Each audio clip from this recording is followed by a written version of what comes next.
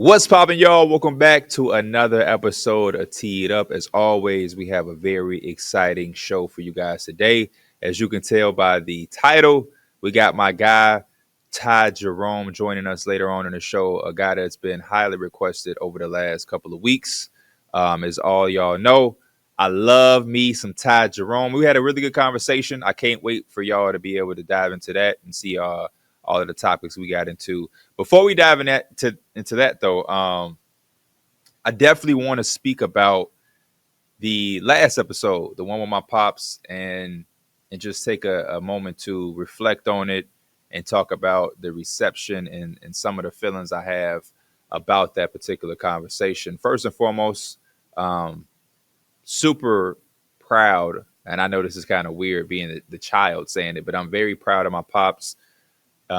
As somebody who isn't a podcaster, as a podcaster, you're always worried, or not, I don't want to say worried, but you're curious to see how somebody who isn't used to doing it handle themselves with speaking and being on cue and on point. He was very natural. It was a seamless transition. This is something me and my dad do every day or every other day. We talk about basketball in every form for like hours at a time on the phone. So I was wondering how the transition between phone conversation and on camera podcasting would be. And like I said, it was a seamless transition. He was very natural.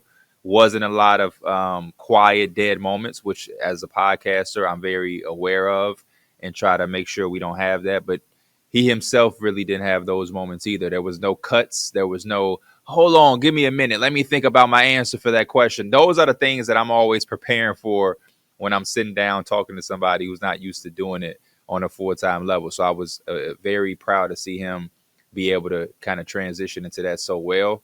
He looked like a natural, like he'd been doing it for years. And then also to just see him be himself. He was comfortable. He gave us exactly what we wanted. I wanted him to be able to showcase his personality, his basketball knowledge, and not really try to dumb it down too much. Obviously, he held a little back, but we still got to see who he is, and that was really dope to see. For the backstory, this is something that I have been wanting to do for a long time. Anybody who's been around our community from the beginning, remember my dad when I used to go on Instagram Live before our show got super crazy. We could have these Instagram Lives where it would be about 35, 45, 50 viewers, and we could just talk about whatever. And I used to bring my dad in there, and we used to kind of, go back and forth, and people was able to see some of that personality then. A lot of uncut, raw moments in the Instagram Lives. And ever since then, I was trying to figure out a way to bring my dad into my universe a little bit. I started streaming, and I thought about having him on a stream. I thought about having a show with my dad. And I was always worried about the logistics and how we would make it work.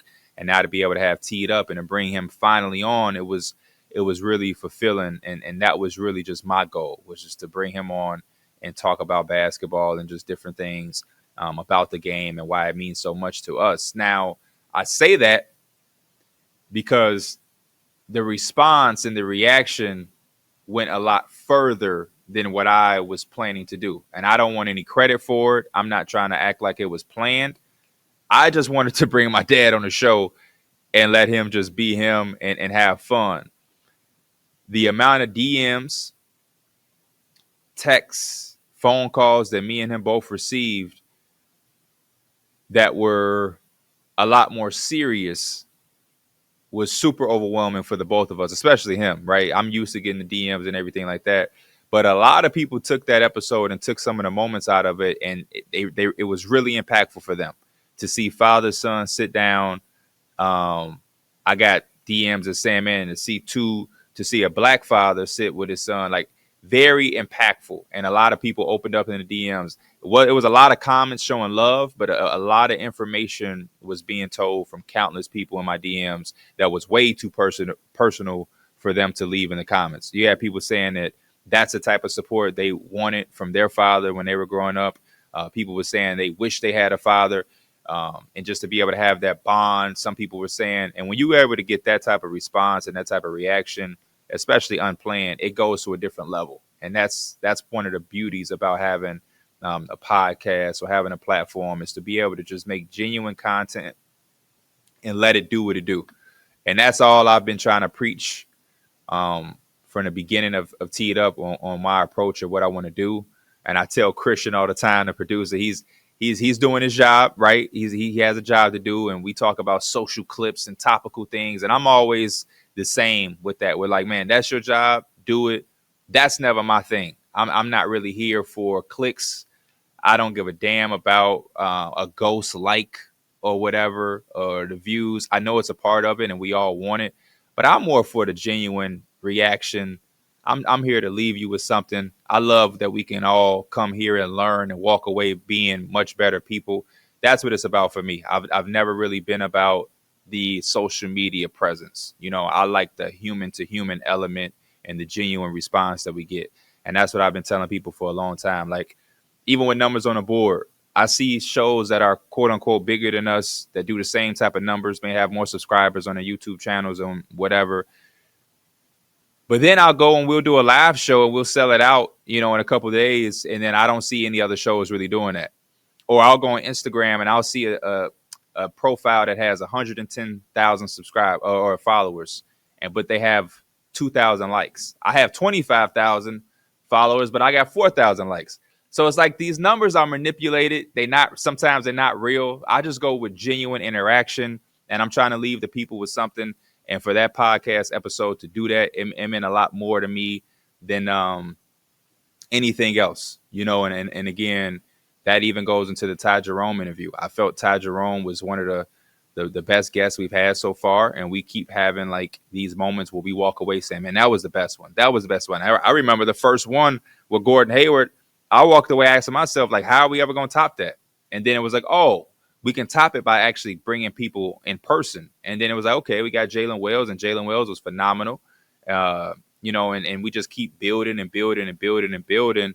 And now, again, I walk away saying that was one of the best conversations and sit downs that we had. And again, I think largely is the fact that we have a human element with all of our guests that is kind of, you know, unseen prior to the show. But even with Ty Jerome, he was able to come through. Him and his team, they kicked it. They were very personable people, very open. I do want to give context. We recorded this a week ago. So it was the day after he criticized the referees and whatever. And I even told Ty Jerome when he first got here and he sat down, like I tell all the guests, I'm on your side. I'm not really here to tie you up. I'm not here to get you to say something controversial. I'm not here to go viral off of you. If anybody is willing to come on our platform and come on my show and show love and sit down with me, I look at them as an ally. And I don't want to use their name or their time or a moment off of them to profit off of it. You know, that's help me, help you, help me, right? Let's use each other for what it's about and use each other in a positive way. So again, to backtrack to my dad, super, super incredible. Did not know he was going to get emotional. Definitely want to put that out there. Nothing was planned. He didn't know a single question I was going to ask. And as y'all could see, I'm an emotional person too. That's one of the things that I look back on the episode. We didn't really break down a lot of things as far as the family dynamic. But like, I'm the quiet one in our family. When I think about my dad, my brothers, my sisters, out of all of the family tree, as far as my dad and his kids, I grew up as the quiet one. And I wish I would have brought that up with him, because I know a lot of our viewers would have been like, wait. P is the quiet one. And I guess maybe EJ, because he's the baby, maybe he's taking over the quiet role now. But when we were kids, I was the crybaby. I used to cry at everything. And I was the one that was a little bit more shy and quiet. And I know now, as we're adults, everybody sees me and sees what I do. And it's like, it's probably kind of crazy. But I say all that to say, my dad crying, I didn't have any emotion because it came out of nowhere. I asked him like a regular question, and he was just like, "Man, hold up, man." And I was like, I was laughing because I was like, where the hell did this come from?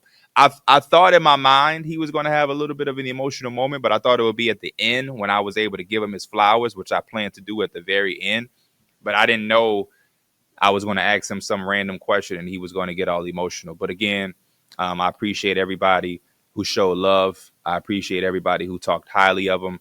Not that he needed it, but it always feels good to be able to see people show you love, especially when you're not used to it on a day-by-day basis. And again, I appreciate everybody who reached out people that are strangers and people that we know that allow us to understand how big of a moment it is. And to wrap up this intro before we lead into the interview, it was such a big moment for me to see the response that it's kind of opened up my mind to even bigger and better ideas for myself and where to go with this. I like talking to players. I like interviewing people, and I use interviewing because that's what they call it. But I like having conversation with people. But I feel like it may be another level to go to. Having an episode like that with my dad kind of made me feel like, is it just basketball players that I can interact and conversate with on a high level? You know what I mean? Can we continue to create moments that hit much harder than just basketball or X and O's? You know what I mean? And that's what I said in the first episode. We wanted to be able to create a community that is deeper than basketball. Basketball is a beautiful sport. It's definitely changed my life even before all of this social media stuff. Basketball has always been there for me, and to see where it's taken me, I know that it is much more than a game, and it's an actual life device. And I think that each and every conversation that I continue to have continues to drive that home. So again, I just want to thank everybody for making that opportunity possible and allowing it to reach everywhere it was supposed to reach, because it's even doing something for me where, and then when people say, where you see yourself in 5 to 10 years, I don't know. Maybe is it going to be in sports? I mean, I'm always be tied into sports, but maybe I could have my own Maury show, right? Like, Are You the Father? Maybe I could have my own. I grew up on Jerry Springer and Maury, and I don't think those shows exist no more.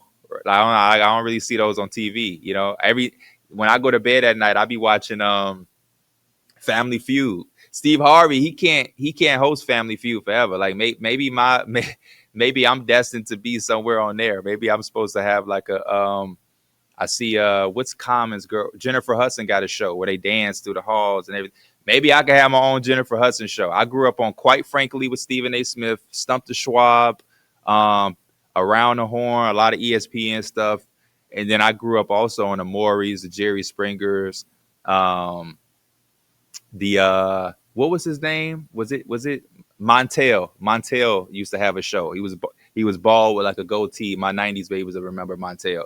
So again, I appreciate everybody for all of the love, the support. Definitely a dope moment. And yeah, let's continue to have more for sure. But yeah, let's get into the Ty Jerome interview, man. Without further ado.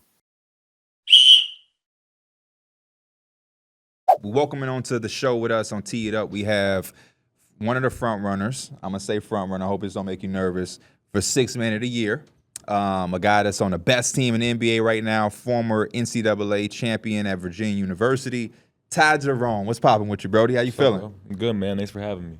Appreciate you taking time. We just had some incredible conversations before we recorded this, so I'm in a little giggly mood. So excuse me. How you feeling though, man? You're on the best team in the NBA. Having a career year. Most of the times that we see guys have career years, they're not necessarily on the best team. You have to do it on a Hornet type team. Damn. I'm not trying to shoot at the Hornets right now. But to be able to do it simultaneously on the best team, how does that feel for you? Feels good, man. I think it's cool because I've always prided myself on being a winning player. Mm-hmm. And so to see being on the best team in the NBA with this so much talent around me, bring out the best in my own game is pretty cool because it's kind of been what I always, believed who I am as a player. Which is? A winner. A winner. Yeah. How do you feel like you impact or how have you been able to impact winning everywhere you've been? That's been the adjustment, coming into the league. I've had injuries. I was traded after my rookie year. A lot of guys, a lot of times first-round picks, they'll be granted time and opportunity to mess up. And you see it with guys all the time. Like, you look at a guy like Scoot, right, like in Portland. Like, rookie year, he had a really rough stretch, and they stuck with him. And now, he's hooping right now. You know what I mean? Like, he's showing you, in year two, he's still super young. He's showing. Anyway, I say all that to say, I didn't really have that opportunity in the NBA. You know what I mean? I was traded right away after my rookie year. You were traded On the draft night too, right? Yeah, a couple times. Yeah. But all that was like I knew where I was going. Like, like Phoenix traded for the pick. Okay. You know what I'm saying? So I knew where I was going the whole time. All right. But then they traded me right away after my rookie year, and then 2 years in OKC, they were ready to get rid of me. You know what I mean? So I never had the luxury of, someone really like sticking with me and saying like, yo, this is, who you could be with opportunity. It was always kind of like sink or swim in every situation I've been in. What's been the hardest adjustment for you going from being one of the main guys at the previous level in Virginia, arguably the best player on your team, to then having to be a guy that's bouncing around the league and being a more supportive player or quote-unquote role player? What's that adjustment like? Yeah, that's really the adjustment of the whole NBA, right? Because every time, usually most people in the NBA were the best players on their college. Exactly. Usually. Or high school. Or high school, high school or college. It's always that same jump. And I think it's really just about like trying to find your game. And a lot of times you see people come to the NBA, like Max Strus on our team's a great example. Yes. He's from Chicago. Yep. He went to DePaul. He went to D2 first, ended up at DePaul, and he was cold, like between cross, step back, dunk on you. You know what I mean? And he still has all that, but he's simplified his game so much because when you're trying to become a good role player, it's like you try to find one thing that you can really hone in on. So he was like, I'm a guard, rebound, and shoot. You know what I mean? So he got rid of all the dribble moves, right? But my game is kind of different because like I like having the ball in my hand. Right. So for me, it was like, all right, how do I figure out how to do this with the ball, but also being like, if I'm playing with Don or DG, like I'm really off the ball too. So it's really just trying to find your spots and pick your spots. Playing faster helps. Okay. More possessions in the game. But yeah, you just got to try to find your spots real fast, and hopefully you got good superstars that'll get off the rock a little bit. Why do you think it's hard for guys that can't make that adjustment? Because we see a lot of times over the recent years, guys like yourself who, for whatever reason, the NBA is tough on you guys. And I told you before, my cousin is Javon on the Bulls, who you'll be playing tomorrow. 3-year, 4-year guys, when it's draft time, y'all get shitted on. Right. Like, disregard these guys. But sometimes these one-and-done guys who have been the man and since they've been ranked since second grade. This is the best second grader in the U.S. Right. And then they go all through these levels, and then they get to the NBA and they can't adjust because they are next to a Donovan Mitchell and a Darius Garland, and now you have to figure out this role. Is it a lot harder than people think? Or is it more simple and guys just can't make that proper adjustment? I think it's a mix of two things, right? Like it depends on how selfless like that superstar really is. Okay. Because like Don and DG, really what it is, and Evan, and like they let us like us, role players, like they let us do our thing too. You know what I mean? So like that's not the case with every team. Like you kind of see it with OKC, like Shea gets off every night, but other dudes get off too. You know what I mean? So you kind of hope to have those selfless superstars that kind of like let you get off and let you have the rock a little bit. That's a big factor. And the other factor is just if you could figure out how to do it in short spurts, because you're not always going to get a long stretch before you really like establish yourself. So can you come into the game in like a 4-minute spurt and make your first three, make your first shot? Like, you know what I'm saying? Like, that's the hard part. You good at this because I was going somewhere with this. Yeah. The place I'm going is it's you, and recently Peyton Pritchard was candid about it maybe like a year or so ago. One thing I noticed about y'all two, well, not so much now because y'all have leveled up, but before y'all had y'all roles, y'all took quote-unquote garbage time extremely serious. And my younger brother is one of the top players in the state right now, so I watch a lot of youth basketball too. And across every level, whether it's high school, youth basketball, college, and the pros, everybody don't attack garbage time with a certain mentality. And I heard Peyton Pritchard say, like, I work too hard and too much on my game to not take advantage of every opportunity I'm given. So whether we're up 20 or down 20 and I'm only playing these last 3 or 4 minutes, I'm attacking that because that's my chance to get my shit off. How is that mentality for you? Where did you get that from? And why do a lot of players, even at the pro level where, it's how you eat, why don't they have that same mentality? Why is it such a go through the motion type thing? Nah, I think he said it best, but I think it's a different type of mindset you got to have to attack it like that. Because a lot of dudes, they might be embarrassed. Like, damn, I didn't play all game. Now I'm getting in with 5 minutes left, and, there's no starters in it. You know what I mean? Like, the game's over already, and now I'm getting in for the first time. But really, if you love to hoop and you love to compete, it's like I got 5 minutes to hoop.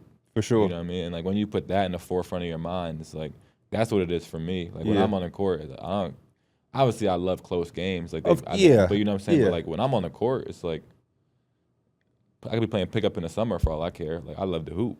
You know what I mean? And that's what it really comes from. I just scratched my head because I get it as somebody who's played before. Right. I like you said, obviously you want to be in the heat of the moment or whatnot. And don't get me wrong, I've been candid about this. I'm so against when I played in high school. I never had to play quote unquote garbage time, but I used to look at my coach and be like, now why would you put our teammate in with 55 seconds left? That's crazy. 55 seconds is crazy. Yeah, I'm hiding at that point. Yeah, I don't get that. I'm not saying players should be out there getting into their stands 49 seconds left, down 30. You know what I mean? Like, that's crazy. But I gotta go to the bathroom if that's when you got 4 minutes to really is a good, and if you get 8-9 minutes, like those real big blowouts, like when I was younger, I used to get like 8-9 minutes sometimes. Like that was a you good could cook. You could cook. And 7 real quick. I'm seeing guys like Peyton, like yourself, and I'm sure some other people that I'm not thinking of right now that turn that, and then you catch an eye, and then they like, oh shit, okay, damn, he got,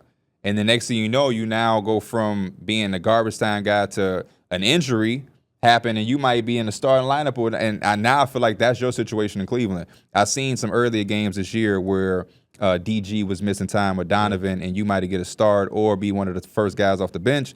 And those are some of your best performances. To now, that's your role. You know what I'm saying? So I just was very curious in the psyche behind everybody and their approach to the garbage time minutes. But staying on topic with the Cavaliers, how is Kenny Atkinson come in and help this team get to this level, and what has he done for you? Because I heard from a few different people he's a player's coach. 100%. And what's a player's coach? I'll do that one first. So I think a player's coach, in its simplest terms, is someone that empowers the players. Okay. Like it's about them. So if you look at our offense right now, you're not going to scout a bunch of plays. We don't really have. I mean, we have a few plays that we go to, but it's really just concept based. You know what I'm saying? And from day one, Kenny walked in and was like, listen, I'm not here to you guys to walk the ball up and call a set. We got so much talent in this room. I'm here to put you guys in the right spacing and let you guys make the plays. And that's a player's coach, someone who gives the players freedom, accountability. But then with that comes accountability. For sure, yeah. But that's a player's coach. And Kenny walked in from day one and basically said that. And was like, you guys go find good shots. Like, obviously, there's more structure than I'm making it seem. You know what I'm saying? Yeah. But he's really just letting us rock. Like, everybody. You know what I mean? Like, you work on something in practice, go shoot it in the game. You know what I mean? Like, and I think it's been great for everybody, like, on this, from 1 to 16. Have you had coaches that's been the opposite? Yeah. What's the what's the different levels of how much does it, because you're a professional basketball player, you put in more hours than anybody can ever recognize, but how much does that impact your confidence having somebody that's allowing you to go out and do your shit versus somebody who's kind of restricting you? Because I think sometimes people kind of get it twisted when they turn on a game and they see a guy that they're familiar with and he may not be doing the things that they got accustomed to. And it's like a whole human element of like, yo, I'm going to the locker room with somebody that's not letting me get into my shit. You know what I'm saying? For sure. I think it's never, like, players are always going to make it seem worse, and coaches are always going to make it seem worse. You know what I'm saying? Like, this is why I love this type of shit. Like, players are always going to be like, oh, coach not letting me rock. Like, how many times you heard that? Yeah, you know I heard everybody growing say up that. In Chicago, growing up in New York. Oh, like, yes. You're going to hear that all the time. For sure. It was his fault, you know. In some cases, it really is, though, because without an opportunity, like, what are you going to do? Exactly. You know what I'm saying? So in some cases, like, if your coach don't believe in you, and really, he don't even have to believe in you. If your coach don't give you enough minutes to show your game, what can you really do? Yeah. Now, is there a way you can be professional when you're not playing and, like, work to earn those minutes and come in at training camp and, like, cook and earn those minutes? Yeah. But at the end of the day, your coach has to put you on the floor. So, like, it's a mix of both. I think players are always going to, you know, exaggerate to their side, and coaches are always going to exaggerate to their side. But definitely a mix of both. But bottom line is you need your coach to believe in you. What part of New York are you from? Born in Washington Heights. Then my dad moved to Harlem. My mom moved to Westchester. Okay. So you grew up a little bit. You're familiar with Harlem a little bit? Yeah. I went to school in Westchester, but yeah, my dad's there. So. One of the things I did not know, and I've been watching you since you were in college, I had no idea you were mixed. Mm-hmm. That I think this is gonna be like a. Did you know that, Christian? Did you know that, Austin? I do not think that that's like public information. Gee, you knew that? All right. Did you know that before you met him? Are y'all childhood friends? Nah, college. Okay, Yeah. before. You met. Well, I see what you mean. Yeah. I don't think that that's like public information. I was looking for your scouting shit. Yeah. To see what schools offered you other than Virginia, and it took me into a loophole, and it was like, in your Wikipedia, it's mentioned that you have like relations to somebody who did something. I wish I had it in front of me, but yeah, it's like I was like, I don't know if this is public information. So your dad is mixed. My dad's mixed, yeah. Your dad is mixed. Your dad's a coach. He is. He's a high school coach now, but he coached me since I first started playing basketball. Pros and cons for a dad coach. Let us hear about this. My dad. The reason I'm asking this is because my dad sat in the seat you were in yesterday. My dad wasn't a coach, but he played. And boy, my dad was on our ass about everything. Yeah. So pros, you're gonna be able to shoot. Yes. That's okay. Pros, yeah. you got the green light. That's that makes the biggest sense. Yeah. pro. Yeah. Cons is every mistake is like I'm making a mistake and I'm just like the coach back there, I'm not trying to look like it's bad. Like it was bad. But I got it the worst. Like my dad was bad. You got siblings? Yeah. You oldest? Yeah. I got an older stepbrother. Okay. Yeah.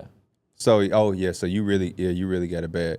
Yeah, bad. Like when you have a parent, especially dad, that's integrated into basketball, people don't know that shit travel home. Like taking out the garbage is somehow connected to my what you parents did on split court. up when I was 6. Okay. So I would like after the game, I'm sprinting to the car. Yep. Mom, ran with we you. gotta go. Yeah, me and my younger brother talk about this all the time because I'm like you. My parents split, so I would go to my dad's house on the weekends. Right. My younger brother, his mom married my dad, so he don't get no breaks. It's 24/7. Okay. And so he'll call me and be like, man, Pop's at it again. And I'll be like, it's easier said than done, but you just got to take it to the chin, man. You can't escape like I did. So once you figure out how to like tune it out, though, I'm trying to teach him how to tune it out. nobody can get to you after that. He's still a teenager, so he still takes everything in the heart. And my dad is short.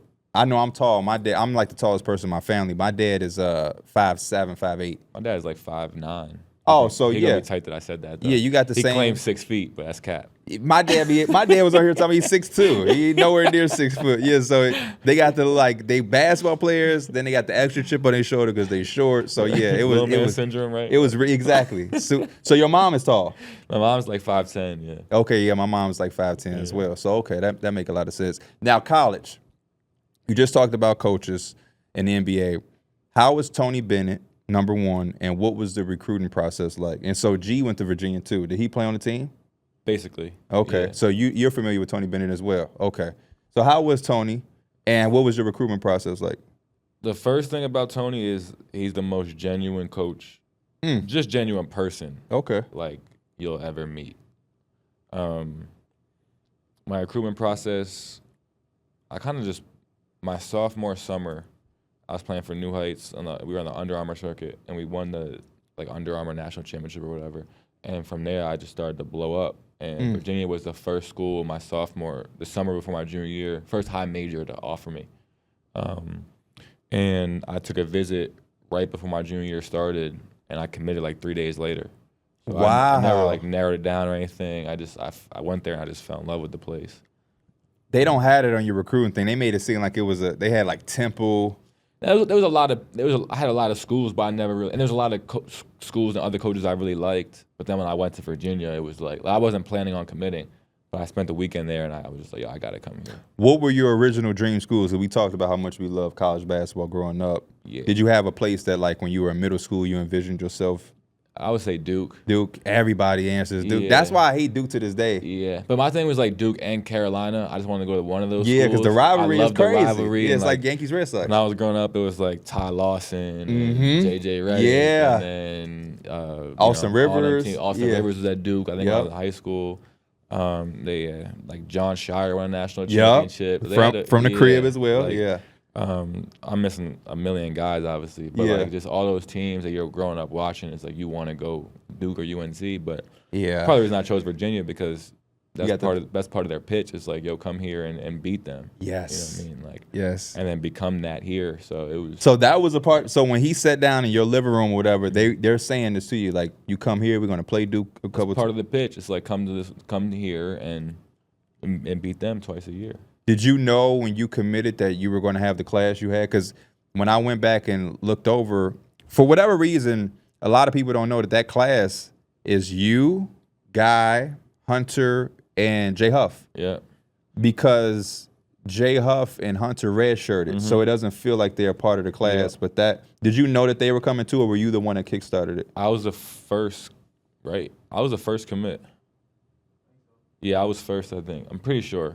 And then Kyle was second, Jay was third, and Dre was last. Yeah. Okay. Yeah, so I kickstarted it for sure. Did you have any familiarity with them prior to that, or did y'all get to Virginia and didn't meet?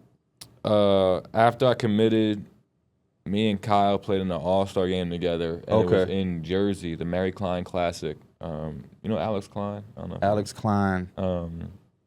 Who is Alex Klein?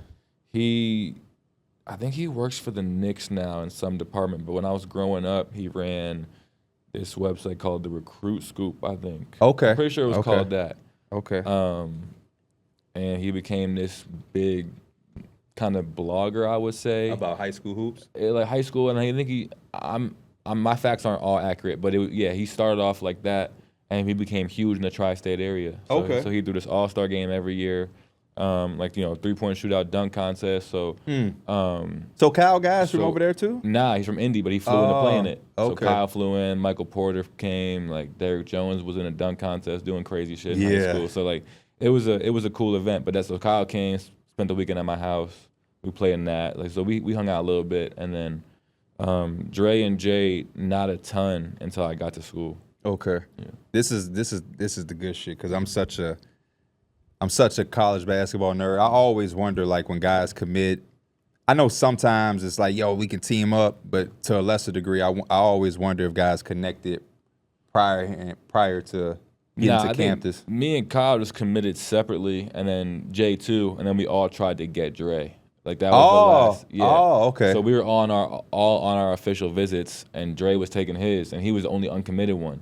So we were all like sitting there, like, come on, Dre, like, yeah. What's the visit like? My younger brother had a few visits. I didn't have the privilege of going, and I was never the basketball player y'all was to get invited. Yeah. So what are they doing? Besides the obvious, we're going to take you out to party. But, like, what is the coaching staff and the university doing when you first get there? I didn't take any officials because I was already committed. Oh, so my only official was the UVA. You know what I mean? Right. But all the unofficials, they're probably similar. You walk around, usually the coach has some sort of, like, video for you, slideshow, how you fit into the system. Then you sit there, you talk, you meet the academic advisor, you meet the strength coach, you go through all that. They talk about how you could fit in there, show you the campus, and then some players show you around for the weekend, and you get to kind of choose, like, you want to make it a party weekend, you want to chill in the gym, like you want to see the school, kind of get to choose like what you want to do for the weekend. I'm guessing that was your first time in Virginia, being a New Yorker. It was my second, because I took an unofficial there before the official. No, but I'm saying like before. Yeah. Okay. How was that? Was that a shock? Because New York is New York. That's the. Yeah, driving down, it's like you're driving in the middle of nowhere, and then once you get there, it's a really cool college town. So it's packed. Like the football games are. I shouldn't say football games are crazy because it's not SEC football. Right, of course. But it's packed. Like you could see the fan love and throughout the whole city. The basketball team was just getting really good by the time I was in high school. So you could see the whole kind of city like rallying around the basketball team, which was cool. How was the transition from high school to college? We always talk about college to pro, but I can only imagine. High school to college was crazy, especially going to UVA. Yeah, like, that stage. And like UVA's whole thing is like upperclassmen. You know what I mean? So right. You go and defense. So you're going in there as a freshman trying to guard these guys in practice, and then you're just getting absolutely cooked. Like they already been on a weight program for 3 years. For 3-4 years. Yep. They know the system. Like got kids. And we do and the drills we're doing all these closeout drills that like put you in tough positions defensively, and you're just getting cooked like the first 2 months.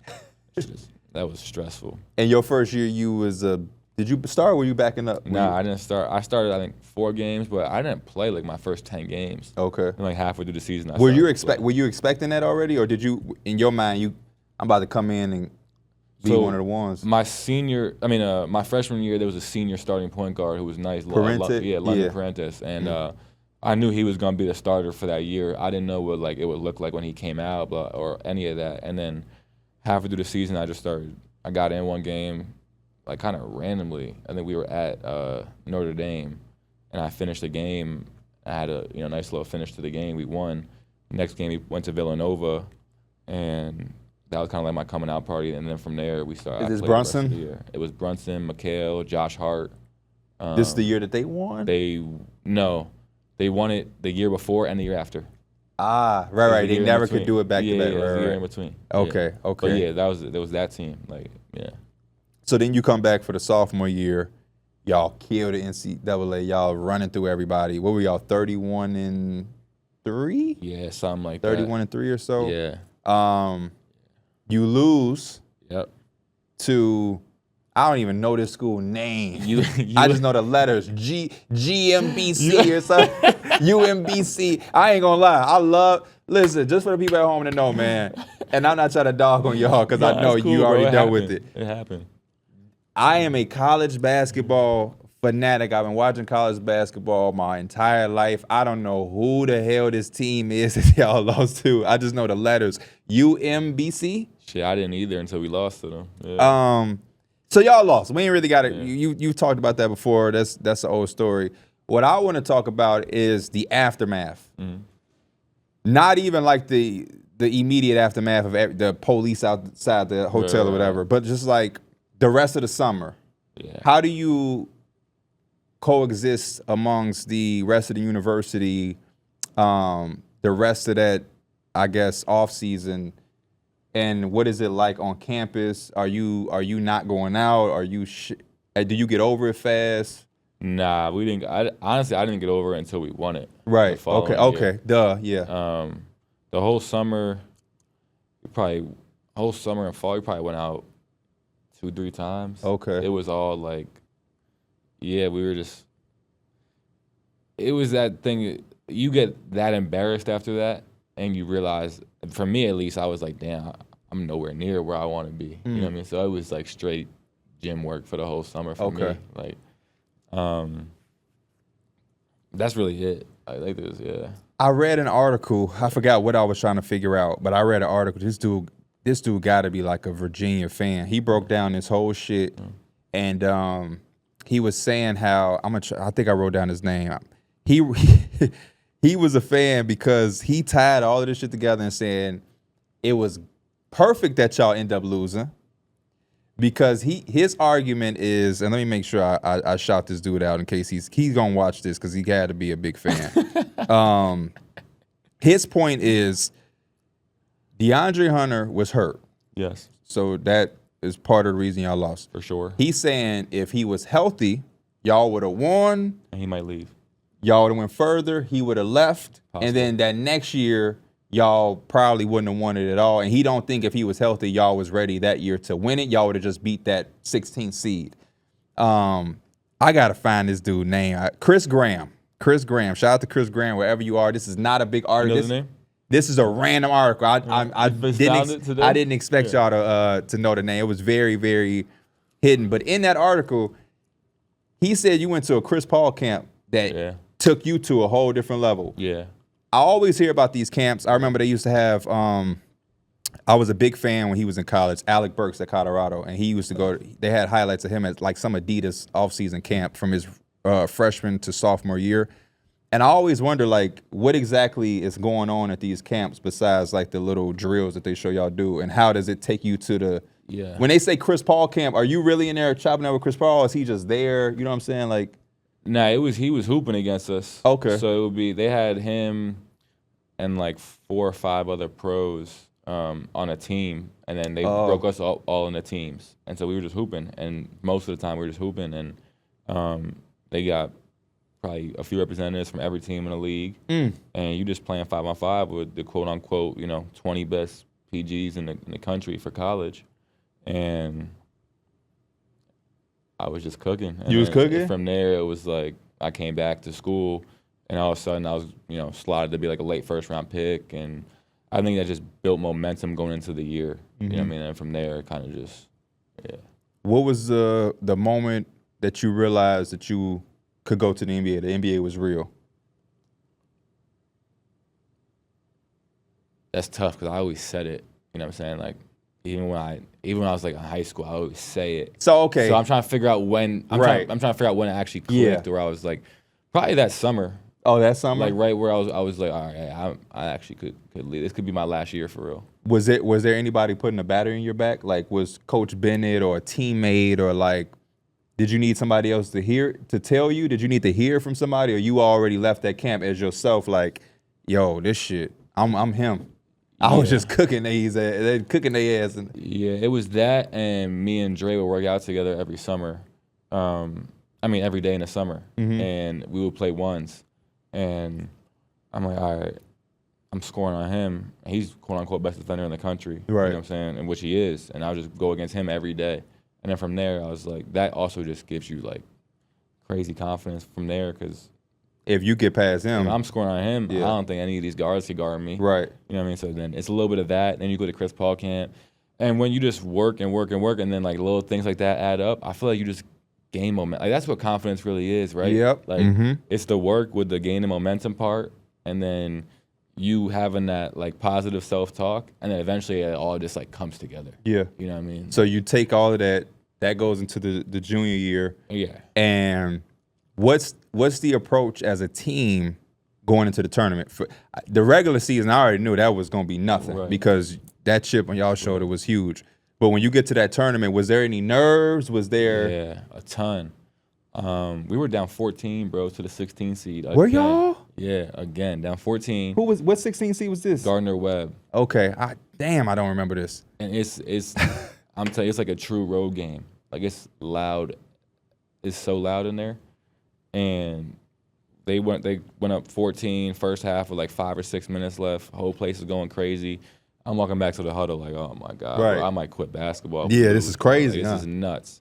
And then we just locked in. They scored like 8 points the rest of the game. What's that locker room at the halftime like? What is Coach Bennett saying? What is you saying? What is everybody saying? Are y'all? Once we got to half, we cut it to 6, and once we cut it to 6, we knew the game was over. Right. Okay. Because the way we cut it to 6 was like super. Like they didn't score. It was super light. Like we just figured it. Once we got to halftime, it was no panic or nothing. Like we were like, all right, we're about to smack them.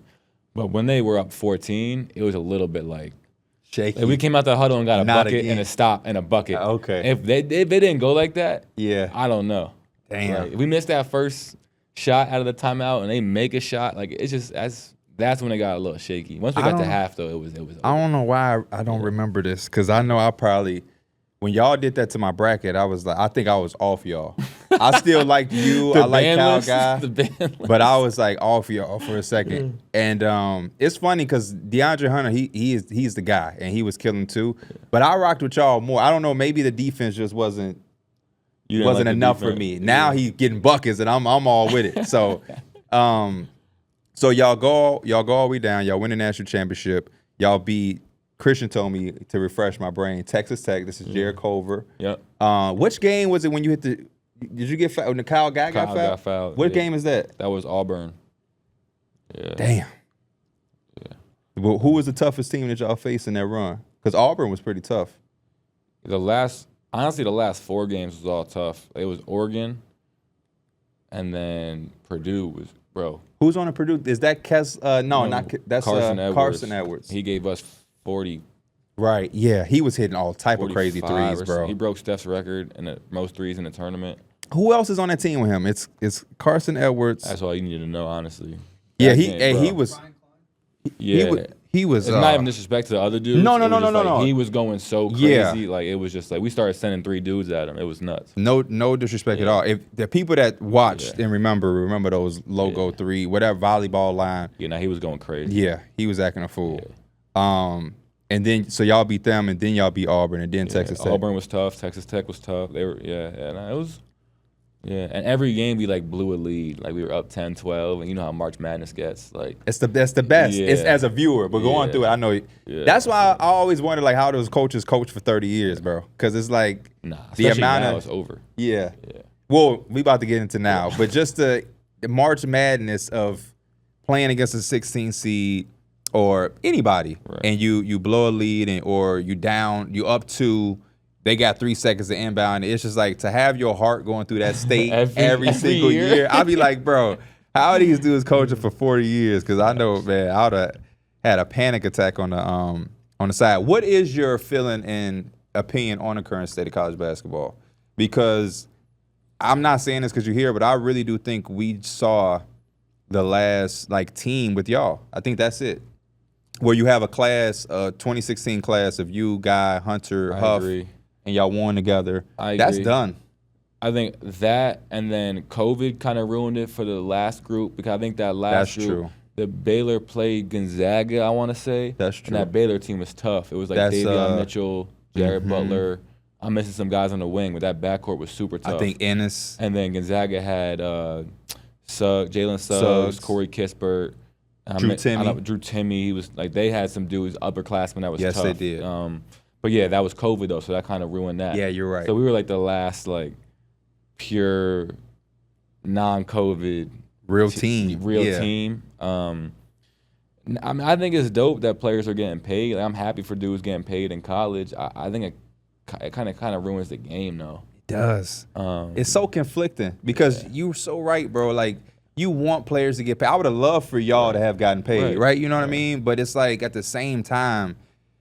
It's something about, and I know we're going to sound like old heads, it's just so different from when we grew up. Like, no, facts. Even like being in Illinois, like growing up on the Darren Williams, Luther Head, D. Brown, Illinois team, all the Arizona team, the Villanova teams, you just don't get that. And everybody transferring. If we had this shit, do you think y'all would have stood together? No. Dre would have for sure left. Dre would have definitely left. But I think it's just like, I don't know, a school come to you like, yo, you wanna come here, I'll give you 1.5 mil, and then you say no? Other schools like, I only got 300,000 for you. It's like, what are you gonna do as a 20-year-old kid? I don't blame the kids. Right. I don't think it's anybody's fault. I just think the NCAA hasn't figured out a legit way for student athletes to monetize themselves. You know what I mean? If that's the right word. How do you feel about everybody being able to transfer? So like, as a college basketball fan, it is so hard. That's why I got my producer, Christian. That's not why I got him, but that's why I love having him. That's why I love having him around because he keep me in. It's like, what other sports do you like? Football. You like football? You like baseball at all? Nah, not really. Okay. We could do football. Yeah. Football is 30 times. I don't care what anybody says. Football is 30 times more harder to keep up with every offseason than the NBA. Because it's so many players moving back and forth. Right. And I feel the same with college. I look up, and it's like, oh, man, I like Robbie Avila. And now I'll turn on the TV in a new year, and he's not on St. Louis no more. Where's he at? Where's he at, Christian? No, he's on St. Louis. He left Indiana State to go to St. Louis, right? Yeah. Right. Oh, he did leave with his coach. I get what you're saying, though. But it's so hard to keep up with. Yeah. You see a guy, and you're like, oh, man, I remember he played. Where my guy from Florida? And it's like, nah, he don't play there no more. And it's just. Bro, our Jalen Tyson, our rook this year. Yeah, my boy. I interviewed him. He went to 3 schools. Did he? And it was like normal though. What was his first school? I forget the order, but it was Texas Tech, Texas, and he went to Texas Tech and Texas. He went to Texas Tech and Texas, bro. You know who else did the same thing? What's my man's name that goes to Miami that went to Florida State at first? 35, Matthew Cleveland. He went from Florida State to Miami. You know what I'm saying? Like you're transferring to rivals. Yeah. Come on. I would never. That's literally. Have we ever seen anybody transfer from Duke to North Carolina or vice versa? No way. Who? Oh, yeah, Aiden Holloway sure did. That ain't as deep rooted as Texas Tech though. I love Jalen Tyson though. How is he as a rook? He's good. He's a good dude, man. Yeah, I like Jalen Tyson. He's gonna be good. He's gonna be really, really, really good. But yeah, I just hate the landscape of college right now. How was the draft process for you? So you win the championship. I know that's probably the most fulfilling thing you're gonna experience in life. To lose and then to win the NBA championship will be good. Having kids is gonna be great. If you don't have any already, I don't. I hope having kids. I hope that feeling beats all that. You do, yeah. I hope so. I hope so You know too. what I mean? But damn, to lose and then to win.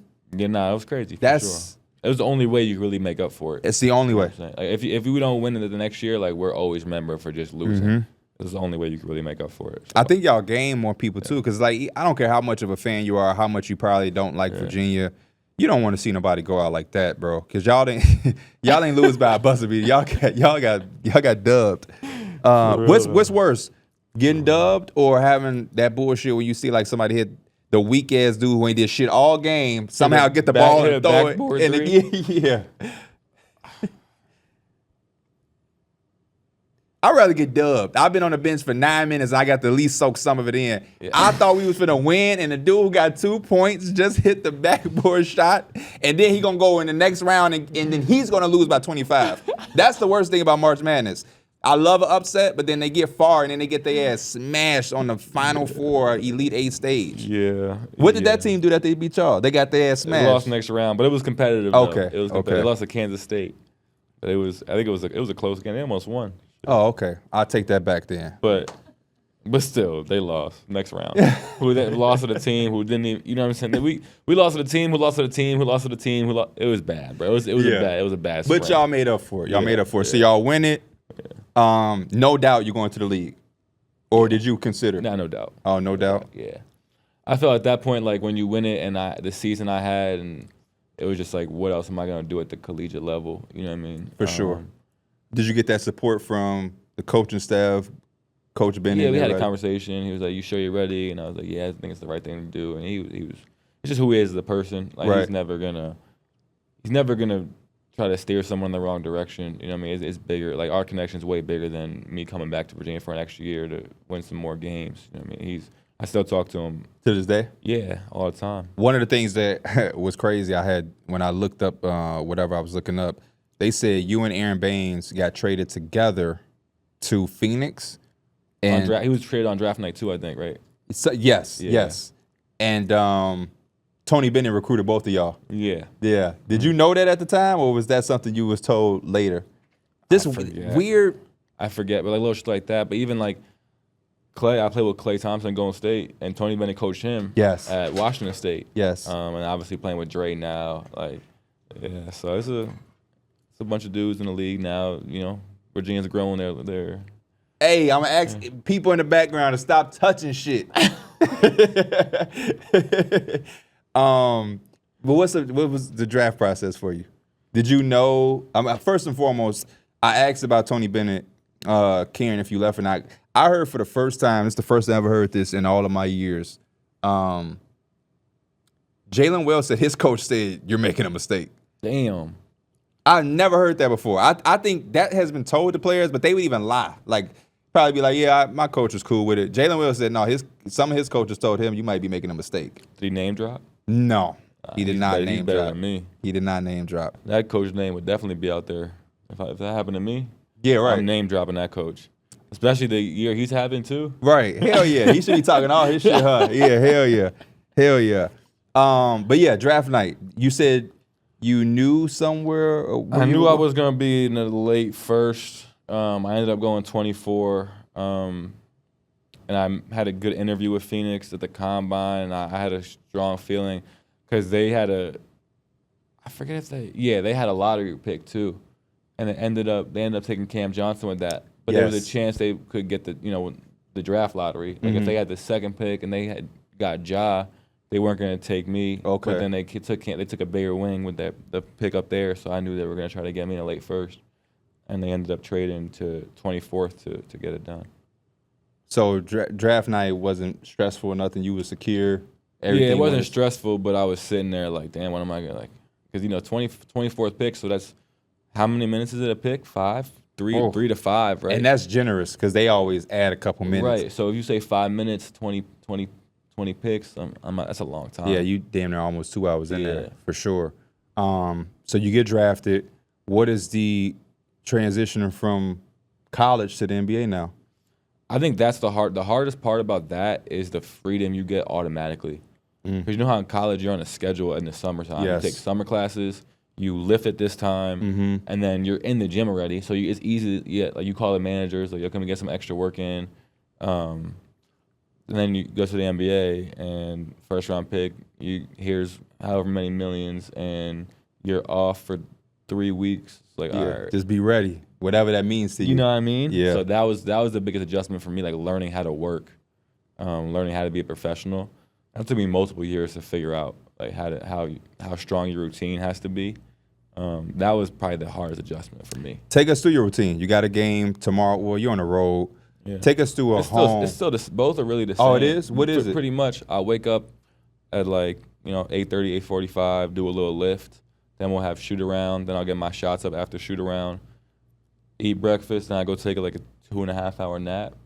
Wake up, eat, and then go back to the gym, do all the activation stuff, and then play. So, but I'm talking about more the summertime is like you get all the time off. And in college, like you have to lift every day. Right, yeah. In the summer, you don't have to. Like nobody's watching you. Right. You know So what I mean? if you don't work on your game, Like, shit. yeah, and obviously you're in the gym, but like, are you in the weight room every day? Are you getting treatment every day? Like the freedom you have is different. How do you approach your off season as far as preparing and getting your shit ready? Do you envision a role and you try to work on that, or do you just go? Nah, I just go. Obviously, there's little things I want to work on. Right. But for me, at least this past year, which I think really changed my game the most, is the dedication to like the weight room. I started the season, I would come off ankle surgery too, but it was just 5 hours in the weight room every day. I didn't even touch a basketball until like probably July. This summer. It was just weight room, treatment, weight room. That's strategically? Part of that was because I was coming off ankle surgery, so I was getting that right too. Right. But part of it was strategically because I knew like how many injuries I've dealt with and like how hard it was for me to like take bumps in the previous years. Like I knew that's what had to change. How long did it take you to get over the mental hurdle with the ankle? You had ankle surgery on the left ankle, right? The right, but previously you had ankle injuries with both ankles, right? Yeah. I dealt the last time I played like real high level basketball was in high school because I tore a tendon in my right ankle.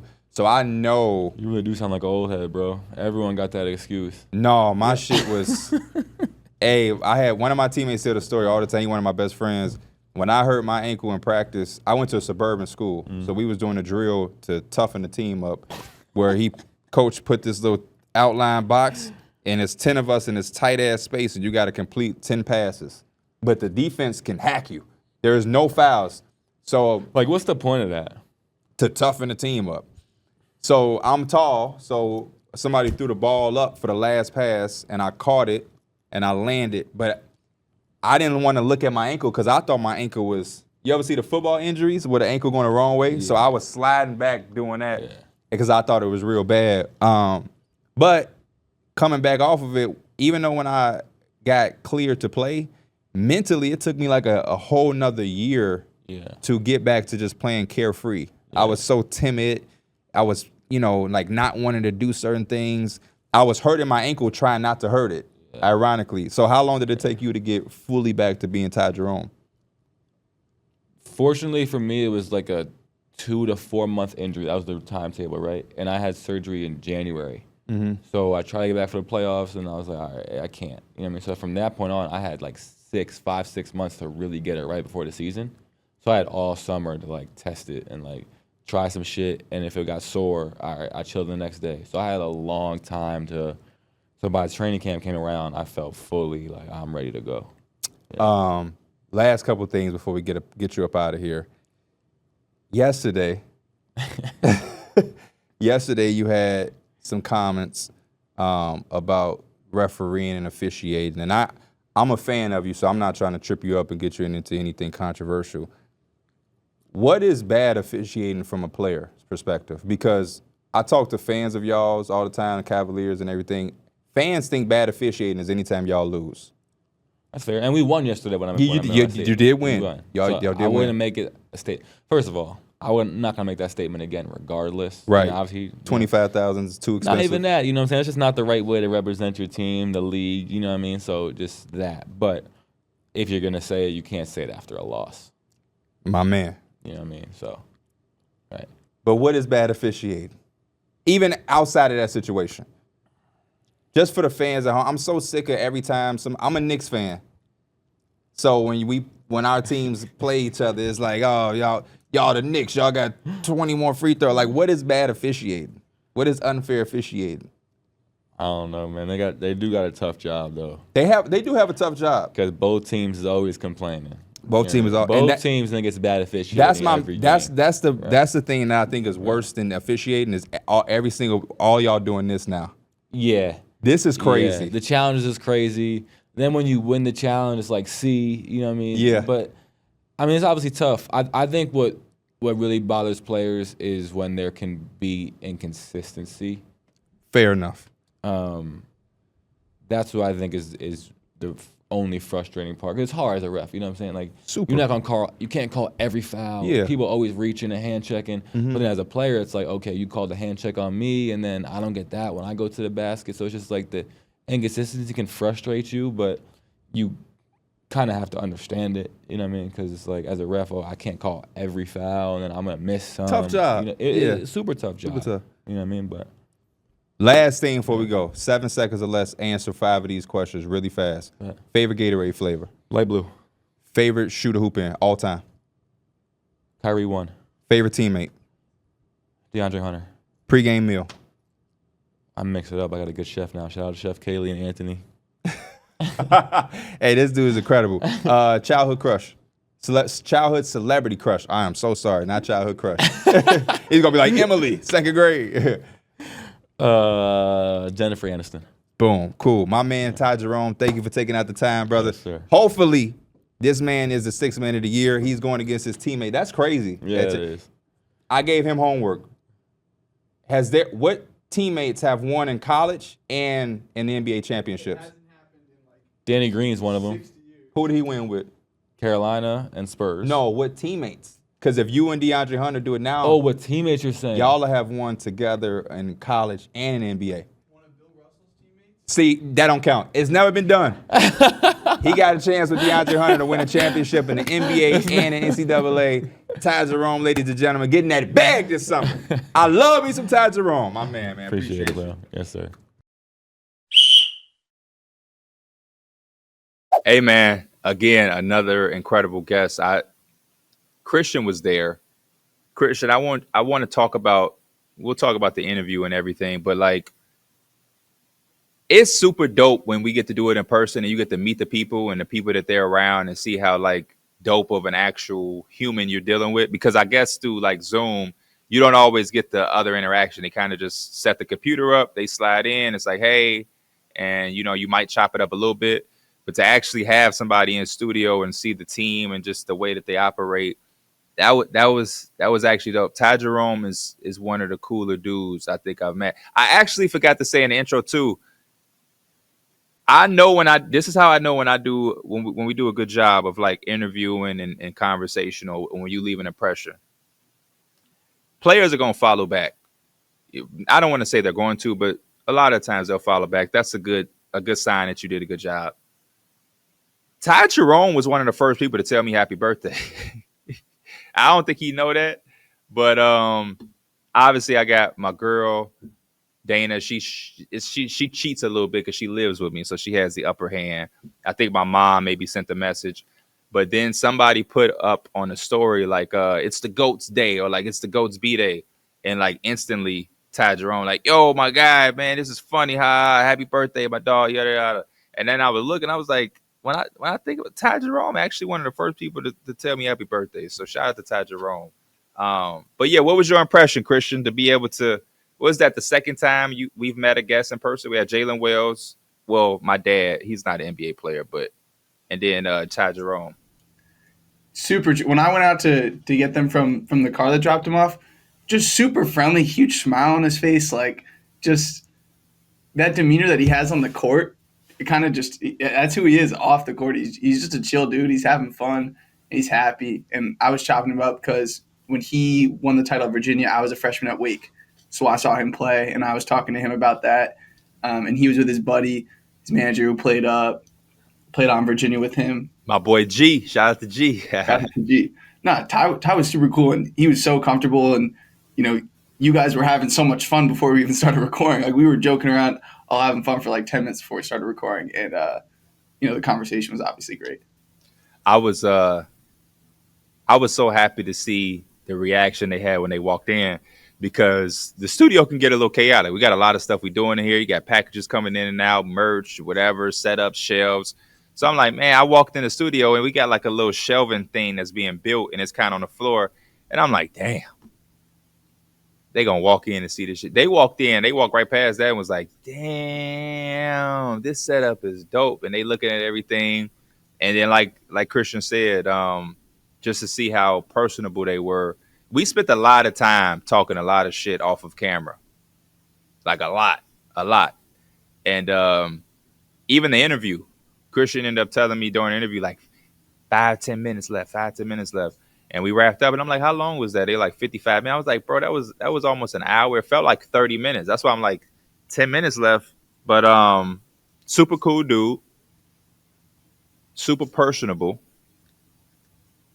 And like doesn't have a guard up. And when players do have a guard up, I'm totally understanding. That's why I always tell them, I'm not here to get you stirred up into anything. And even with the referee stuff, I told him, like, man, you want me to not? I'm going to ask, because that's what I'm going to do. It just happened yesterday. But if you don't want me to, we ain't like, no, it's cool. But I felt like, Christian, that was a breakout performance for you, on and off camera. Christian, he was guessing the championship run that they had every team off the top of the dome, and he got stuck a little bit, but he calmed down and he was able to see it through. What were the two teams? It was Oregon you got stuck on? I was working backwards. So they beat Texas Tech in the championship. They beat Auburn in the Final Four. They beat Purdue in the Elite Eight. Then I had to dig deep, and they beat 12 seed Oregon with Peyton Pritchard, and then they beat Oklahoma, who beat at first I was like, was it Ole Miss? Because I remembered it was Ole Miss Oklahoma. But this is my favorite part, Pierre, was that obviously I didn't remember their first round game against the 16 seed. But why did I just say obviously? Because this was a huge moment. They were down 14 in the first half to Gardner-Webb, coming off losing to the 16 seed. Like, and Ty reminded of us that, and that was my favorite part was hearing that and being reminded of that, because if they lost again to a 16, like, who even knows what him and DeAndre Hunter's NBA careers are? Like, that stuff like ruins you as a basketball player. You ain't lying, because that totally wiped out of my mind. I'm so glad he did remind us of that. I can only imagine what I was thinking when watching it. I was probably like, they about to do it again. These weak ass Virginia Cavaliers. And to see them actually get back to it, and for him to break it down was super dope. The funniest part about the interview, and I don't think a lot of people are gonna know this, I'm talking to Ty, and all I hear is some commotion to the left. It's Christian trying to charge and plug up something, and it was like a movie scene. Like, imagine somebody working in a cubicle, or not a cubicle, but something that's open. Like, just imagine a movie scene where there's a clumsy guy, and everybody in the office can see, and he's just fumbling it. Yo, Christian was about to knock over a light. He's trying to plug up a laptop charger, and it's about to knock shit over. He's holding on to it by a thread. He's shaking and shit. I'm looking over. He just trying not to make nothing fall to interrupt the show. And I look at, and that's why in the middle of the show, I'm like, we need people in the background to stop touching shit. I was trying to give my boy a little moment to be able to collect himself and to take some of the pressure off, because it's like we can acknowledge it. You know, we do anything we want on the show, so it was nothing. But that was so fun. It just reminded me of like a Jim Carrey movie where he gets a job and he's fucking up on a job, being clumsy or some shit. I look and realize that the computer that the StreamYard is going through is like at 5%, and I'm like, oh my god, if this computer dies, I'm going to, and I'm like quickly scrambling to grab the charger, and we've got the what's it called, the extension cord with all the plugins on this little side table right here, yeah. And there's just cords everywhere, and I didn't in the balance. We got the mic thing, the mic link on it, so there's a lot going on, and I was trying to work fast, and I almost messed everything up, but I didn't. You did. That was really funny. You caught yourself. And the ghost of Penny Hardaway. Yeah, we had Penny on Penny. Penny knocked down Penny, and it like fell on Ty Jerome, and we was like, what the hell? Like, he ain't bump it or nothing. It just fell. Penny Hardaway said, "Stop doing these episodes without having me on the set, man. You got to get me on the show." Pierre, you got to tell everyone about what Ty said when he walked by the poster at the beginning. I'm so glad. I this is why I be forgetting shit. That's why I need you. So we sitting down. It's a poster right here that y'all can't see on the wall. It's numbers on the board and the way that we sit, but we stand. And it's a picture we took when we interviewed Anthony Edwards. And Derek is to the left. I'm to the middle left. Kenny is in the mid right, and then Mike is on the far right. Ty Jerome asks Christian, "Yo, y'all got a bathroom?" Christian like, "Yeah, let me show you." As he's walking out, that poster is on the floor over there, and he walked by. He points at D Mills. He said, "Hey man, this motherfucker be having all the crazy ass takes, and then go to the bathroom." And I'm like, "Oh hell no!" he tapped in because Derek, if you know, you know. Derek is be accurate.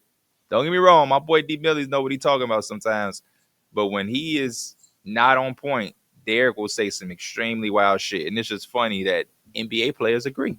They agree that Derek be tripping sometimes.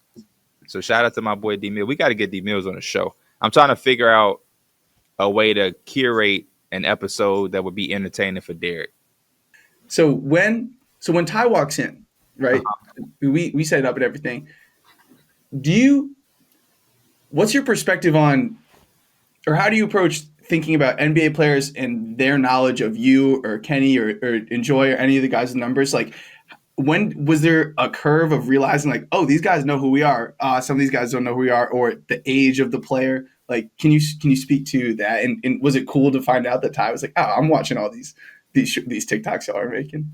It is always good to know that they watch, but I go into everyone that they don't know me from a can of paint. Like, that's just the way that I approach it. It is dope to know. I think a few years ago, I'm a big Zach LaVine fan. We did something with Zach LaVine, and Zach LaVine like sat down, they mic'd him up, and he was like, "Yeah, I'll be seeing y'all shit. I'll be watching y'all shit on TikTok and stuff." And I was like, "Okay, cool." It kind of eases everything down, and it makes everything kind of more laid back. Even with Ty, when he acknowledged that he watched the show and he see it, and I always tell them like, "Damn, y'all could like something. Y'all could leave a comment every once in a while. Let us know." The Thompson twins did that at Draft Combine. They're like, "Man, we love y'all shit. We be watching all the time." We like, "Damn, you could have said something. You could follow. You don't have to wait till we interview and then you meet each other. You could be like, man, this is funny or something. You know what I mean? Leave a fire emoji or something to just let us know." But I personally go into every interview or every conversation rather expecting them to not know. It's just better. I don't think of myself. I don't think of myself or us on that level.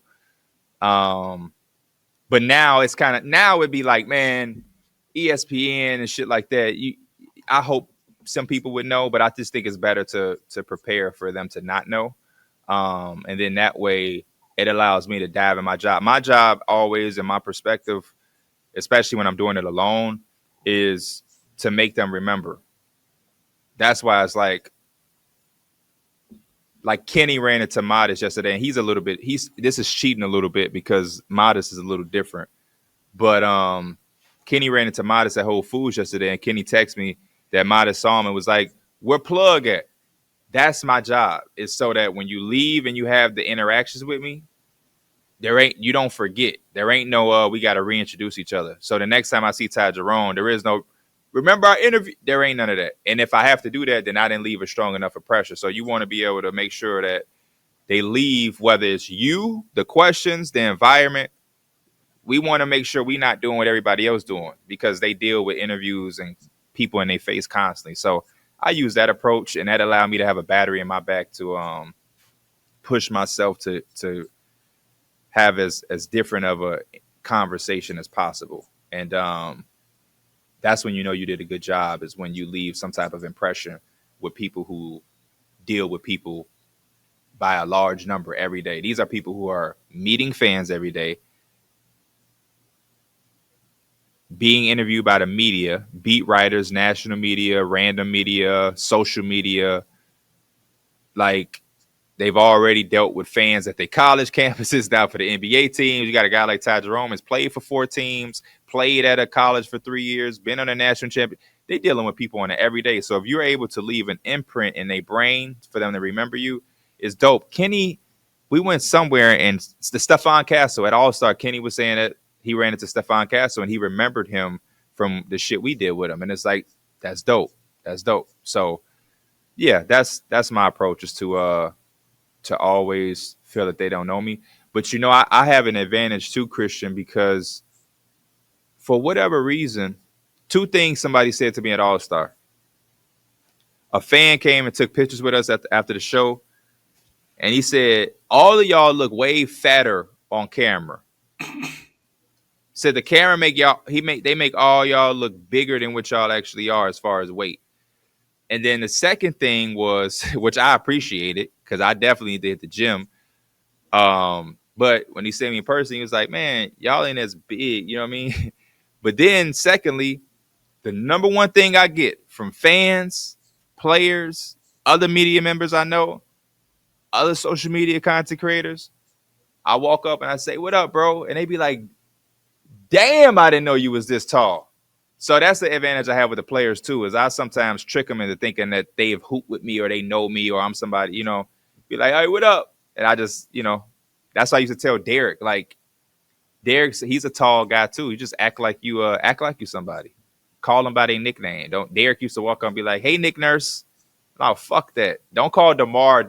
Call DeMar, hey, Comp 10, what up, boy? And then, you know what I mean? You're so tall that he don't know if you play. He played against you in college, high school, in the summer. That's a 10-time All-Pro offensive lineman for all he knows. Exactly, or something like that. Exactly. And they don't know. So you just see them, they're like, oh, boy, what? It's so many people when we first started that I used to just talk to just by acting like I knew them.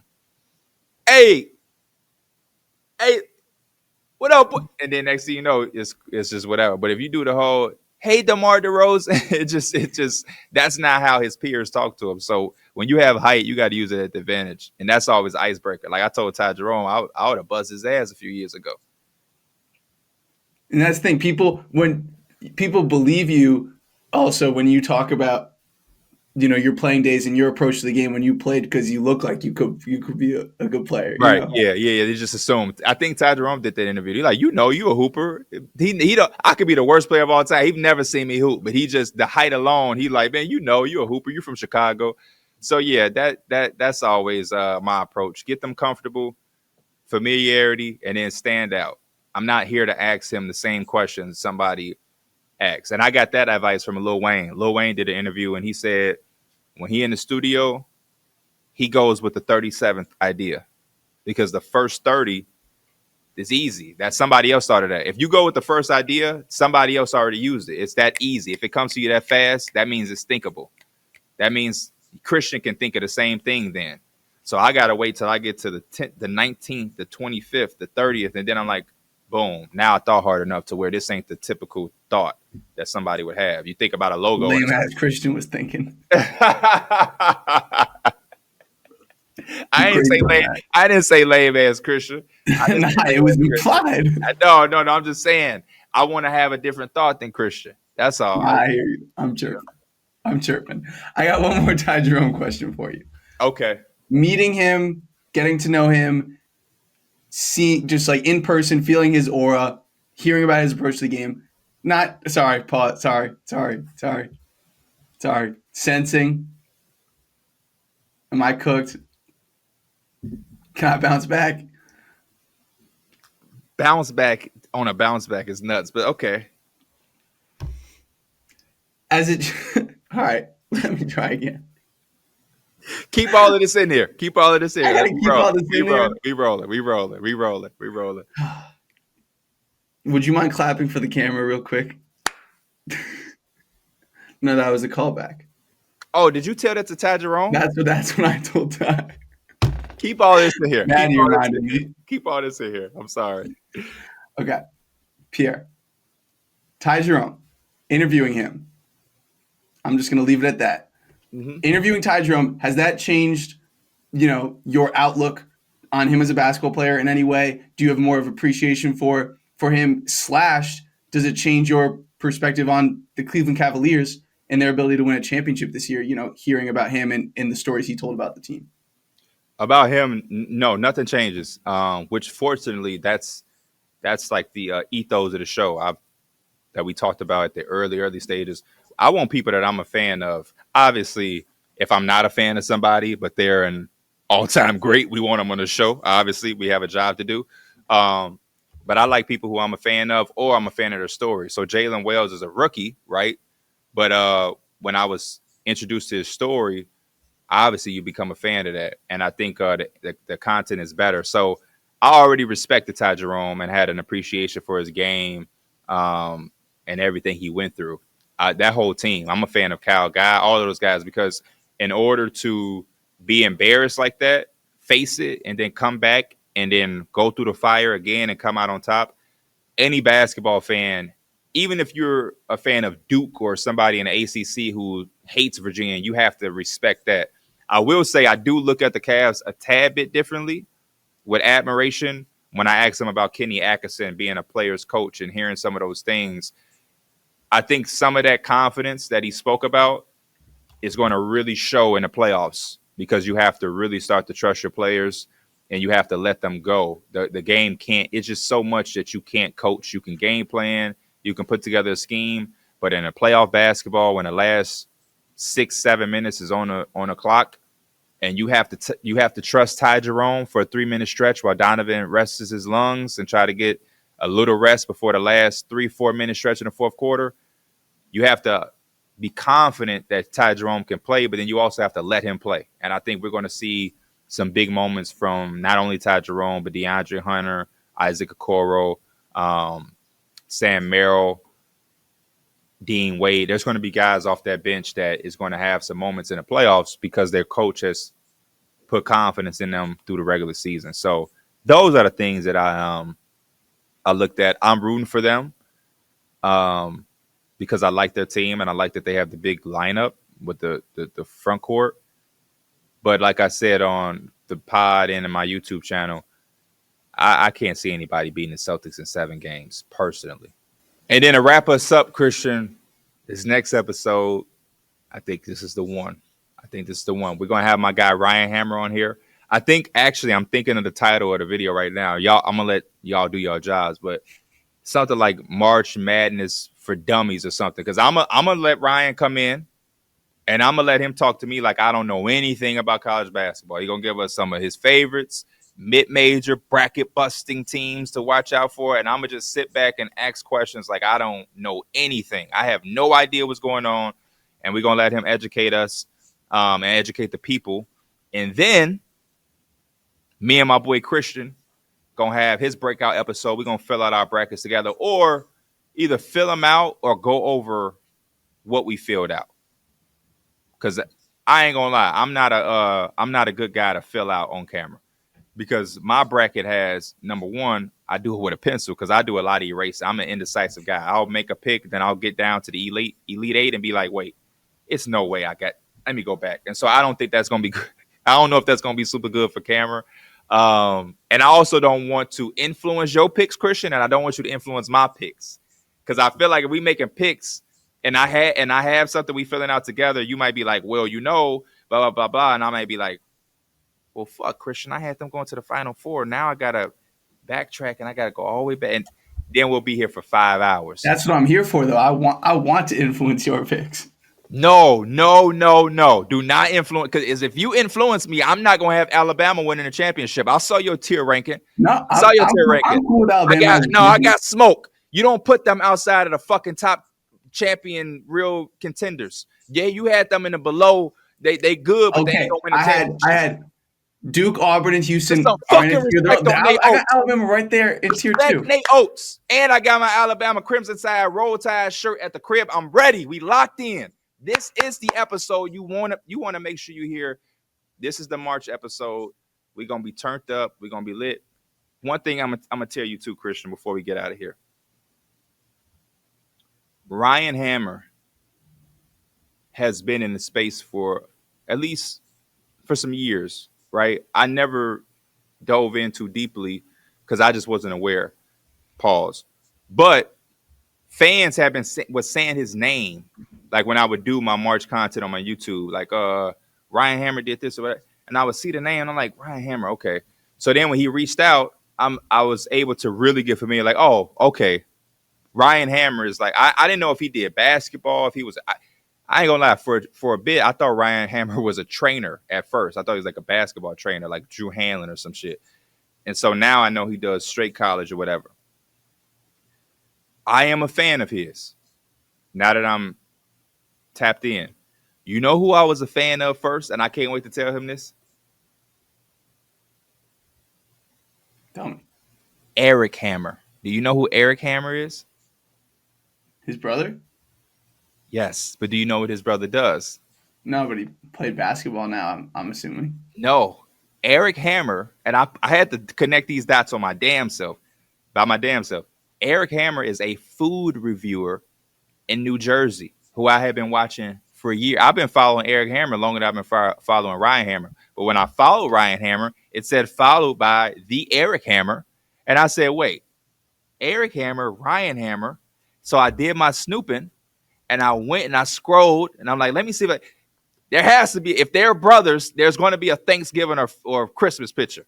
And sure enough, there's a fucking Thanksgiving picture or a Christmas picture, and it's good to have the family together. And I said, boom, they brothers. I had no idea. Eric Hammer, one of my top 3 food reviewers. I can't wait to tell Ryan that, like, man, I'm a fan. I love what you do, but you ain't fucking with your brother. Your brother got the food reviews down packed because his brother went on a tour, not a tour, but he was searching New Jersey for the best chicken Caesar wraps. And if you know me, you know I love chicken. That's one of my favorite foods, a chicken Caesar wrap. And so I love Eric Hammer. I'm gonna tell him, man, you got to tap me in with Eric. Me and Eric got to do some content. Me and Eric got to have a full review basketball conversation. I was about to say, I'm thinking about, this is where we bring D Millie into the equation. Yes, let's cross collab. Me and Ryan bring the hoops, they bring the food, and we have a little quattro sit down. I'm dead. That sound all right? That sounds amazing. That sound all right, yeah. They got the good food out there in New Jersey too. Shout out to Hoboken. I've been out there a few times. They got some shit. So yeah, man, make sure y'all locked in, y'all tapped in with everything. As always, we appreciate y'all here at Tee It Up. This is another incredible episode. We are on a roll. Shout out to the team. We are on a roll. Jalen Wells, Jalen Wells. No. Trade deadline. Jalen Wells, Pops, Ty Jerome, Ryan Hammer, March Madness, Christian big stage debut. Next thing you know, we be on here with LeBron James, asking him what he said to Stephen A. Tee it up. We'll see y'all next time. We out. Peace.